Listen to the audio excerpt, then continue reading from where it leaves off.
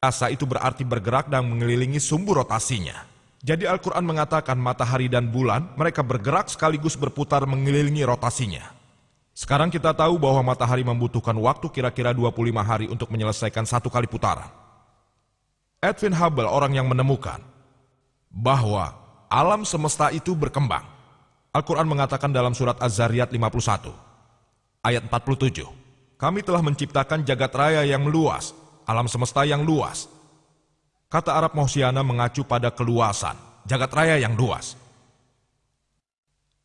Maka topik pada bidang astronomi yang disentuh Dr. William Campbell akan saya sanggah. Insya Allah saya sanggup. Dr. William Campbell menekankan beberapa hal mengenai siklus air. Quran menjelaskan siklus air dengan detail. Dr. William Campbell menyebutnya 4 tahapan. Di bukunya dia menyebutkan 4A dan B. Namun dia tidak berupaya untuk menjelaskannya, yang B dalam bentuk slide. Saya tidak tahu mengapa melalui slide dikatakan tetesan tabel air. Dia mengatakan tidak ada satu ayat pun dalam Al-Quran yang menerangkan penguapan. Dalam Quran surat At-Tariq 86 ayat 11. Rod sama dengan kemampuan langit untuk mengembalikan.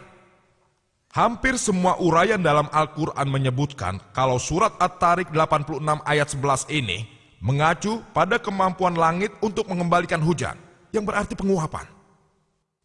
Dr. William yang mengerti bahasa Arab mungkin akan berkata, mengapa Allah Subhanahu wa Ta'ala tidak menyebutkannya secara spesifik? Wasama izatil matar, artinya kemampuan langit untuk mengembalikan hujan. Mengapa Allah tidak menyebutkannya dengan spesifik? Kita telah mengetahui Allah dengan sifat ketuhanannya tidak melakukannya. Karena kita telah mengetahui kalau lapisan ozon, lapisan di atas bumi, selain menurunkan hujan, juga memancarkan energi dan unsur lain yang bermanfaat ke bumi yang dibutuhkan oleh umat manusia. Lapisan ini tidak hanya menurunkan hujan, seperti yang kita tahu. Lapisan ini juga memantulkan gelombang telekomunikasi, televisi, radio, sehingga kita dapat menonton TV dan berkomunikasi serta mendengarkan radio. Selain itu, lapisan ini bahkan memantulkan sinar-sinar berbahaya dari luar angkasa atau menyerapnya. Misalnya, sinar matahari. Sinar ultraviolet matahari diserap oleh ionosfer. Dan jika itu tidak dilakukan, tidak akan ada kehidupan di bumi ini. Jadi Allah Subhanahu wa Ta'ala Maha mengetahui. Selanjutnya dia berfirman, Rod sama dengan kemampuan surga untuk mengembalikan, serta hal-hal lain yang dikatakannya dalam Al-Quran. Bisa Anda lihat di kaset video saya. Quran menjelaskan siklus air dengan sangat detail.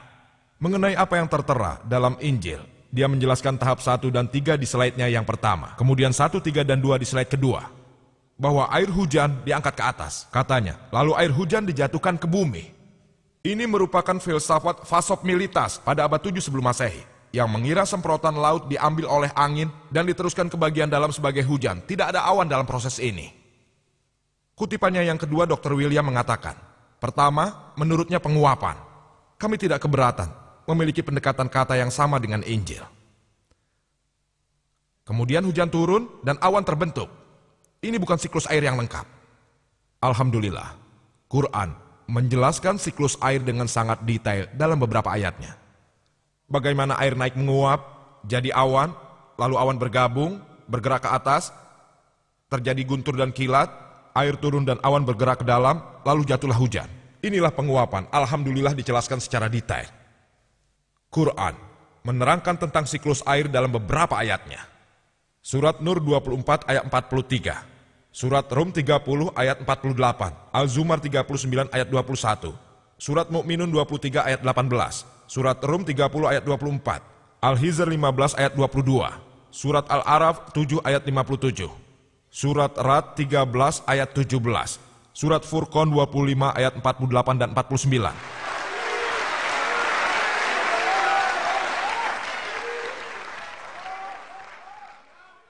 Surat Fatir ke-35 ayat 9, Surat Yasin 36 ayat 34, Surat Jathiyah 45 ayat 5, Surat Kaf 50 ayat 9, Surat Al-Waqiah 56 ayat 68 dan 70, Surat Al-Muluk 67 ayat 30. Quran yang agung menjelaskan siklus air dengan sangat jelas sekali.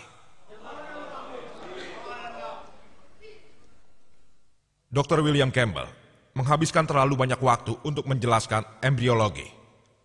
Setengah pembicaraannya mengenai geologi dan menyinggung 6 topik yang lain. Saya mencatatnya. Di bidang geologi kita tahu saat ini, para ahli geologi memberitahu kita kalau radius bumi kira-kira 3.750 mil. Dan lapisan yang lebih dalam, panas dan cair, dan tidak mungkin ada kehidupan di sana. Dan bagian permukaan bumi di mana kita sekarang hidup sangat tipis, 1-30 mil. Namun, sebagian besar, antara 1 hingga 30 mil. Dan kemungkinan besar, lapisan permukaan bumi ini akan mengalami goncangan. Ini disebabkan fenomena lipatan yang menaikkan deret pegunungan yang memberikan stabilitas bagi bumi. Dan Quran menyebutkannya dalam surat Naba 78 ayat 6-7. Kami telah menciptakan bumi sebagai suatu permukaan yang luas dan gunung-gunungnya sebagai tiang.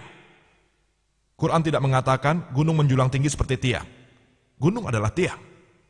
Autat dalam bahasa Arab berarti tiang atau pasak tenda. Saat ini kita tahu, dalam ilmu geologi sekarang, gunung memiliki akar-akar yang dalam. Ini diketahui pada paruh kedua abad ke-19.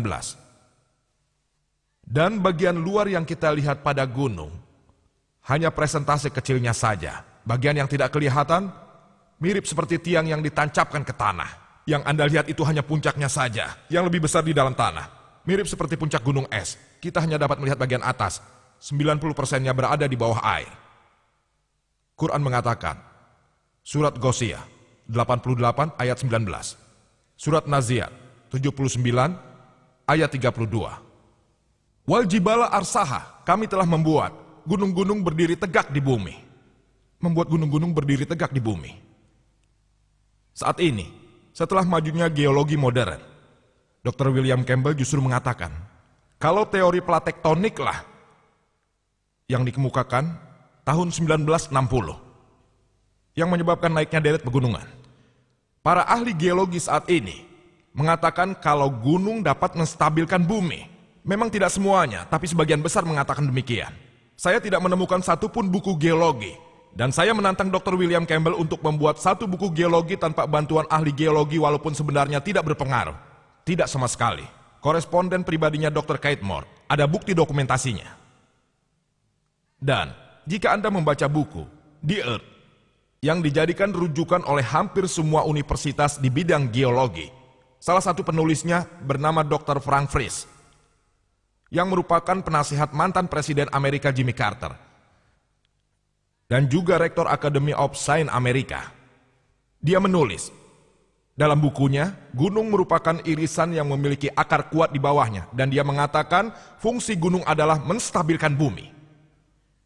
Quran mengatakan dalam surat Al-Anbiya, surat ke-21 ayat 31, surat Luqman 31 ayat 10, dan surat An-Nahl 16 ayat 15, bahwa kami telah membuat gunung-gunung berdiri tegak di bumi.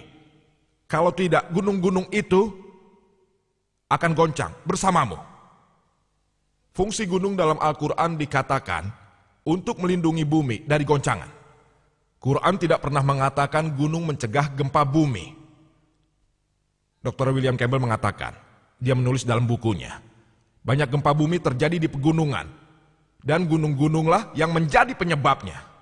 Perlu digarisbawahi, Quran tidak pernah mengatakan kalau gunung mencegah gempa bumi. Bahasa Arab untuk gempa bumi, Dr. William Campbell mengerti bahasa Arab, zilzal atau zalzalah. Namun kata yang digunakan dalam 3 ayat 1 tersebut adalah tamidah. Tamidah artinya menggoncang, menggoyang, mengayun. Dan Al-Quran menyebutkan dalam surat Luqman 31 ayat 10, surat An-Nahl 16 ayat 15. Kami telah membuat gunung berdiri tegak di bumi agar tidak menggoncangmu. Tamidah bikumlah, yang artinya menggoncangmu. Dan ini menunjukkan jika gunung-gunung tidak ada, bahkan jika kamu berjalan, jika kamu bergerak, bumi akan bergerak bersamamu. Jika kamu bergoyang, bumi juga akan bergoyang denganmu. Kita semua tahu ketika kita berjalan di bumi, bumi tidak bergoncang. Dan alasannya adalah, menurut Dr. Frank Frisch dan Dr. Nazat dari Saudi Arabia, yang menulis sebuah buku lengkap tentang konsep geologi dalam Quran, menjawab hampir semua hal yang dikatakan Dr. William Campbell dengan detail.